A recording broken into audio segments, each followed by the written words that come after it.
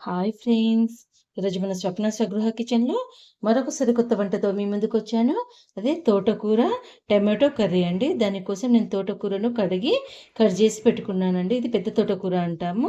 ఈ తోటకూరను కడిగి కట్ చేసి పెట్టుకున్నాను. దానికోసం 10-15 పచ్చిమిర్చి మన కారానికి తగ్గట్టుగా తీసుకోవాలండి.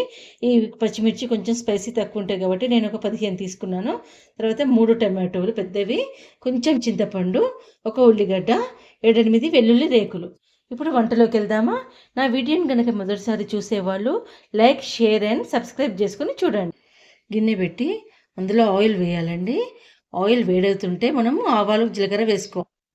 ఇలా తాలింపు గింజలు వేసేసుకోవాలి. ఇందులో నేను పసుపు వాడనండి. చాలా సింపుల్ ఇంగ్రీడియంట్స్ తోటి చాలా టేస్టీగా చేసుకునే కూర అండి ఇది. చూడండి. తర్వాత వెల్లుల్లి రేఖలు, తర్వాత పచ్చిమిర్చి వేసేయాలండి. పచ్చిమిర్చి వేసి ఒక 2 నిమిషాలు వేగనివ్వాలి. కొంచెం పచ్చి వాసన పోయేదాకా పచ్చిమిర్చి అనేది చూడండి. ఇలా వేగినప్పుడు మనం అందులో ఆనియన్ వేసుకుందాం. ఒక ఆనియన్ కట్ చేసి పెట్టుకున్నాం కదా, ఆనియన్ వేసేసుకొని ఒకసారి కలుపుకొని, అది వేగాల్సిన అవసరం లేదండి, ఉడికిపోద్ది. తర్వాత తోటకూరను ఇలా వేసేసేయాలి.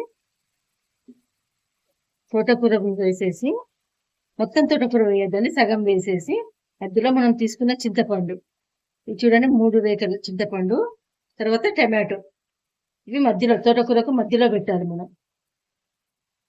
తర్వాత మీది నుంచి మిగతా తోటకూర పెట్టేసేయాలి. ఇలా ఇలా పెట్టేసి కొంచెం ఉప్పు వేయాలి. ఉప్పు కారాలు అనేవి ఎవరి టేస్ట్కి తగ్గట్టు వాళ్ళదండి. ఇందులో ఎండుమిర్చి వేసుకుంటే కూడా చాలా బాగుంటుంది. ఇలా వేసేసి మూత పెట్టేసి ఒక 15-20 నిమిషాలు ఉడికిస్తే తోటకూర కర్రీ అనేది రెడీ అయిపోతుంది. మనం ఆ తోటకూరను మధ్య మధ్యలో ఇలా కలుపుకుంటూ ఉడికించుకోవాలండి. దాంట్లో నుంచి వాటర్ ఎలా వస్తున్నాయో ఈ వాటర్ అన్నీ ఎగిరిపోయేదాకా ఉడికించాలి.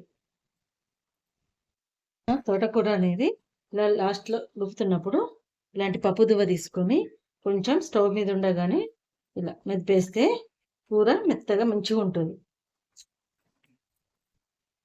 చూడండి, ఇలా మెదిపేసుకోండి. ఎందుకంటే ఇది పెద్దాకుల తోటకూర అంటే ఆకు కొంచెం మందంగా ఉంటుంది కాబట్టి అలా తినడం ఇష్టం లేని వాళ్ళకు ఇలా కొంచెం నలిపినట్టు చేస్తే బాగుంటుంది.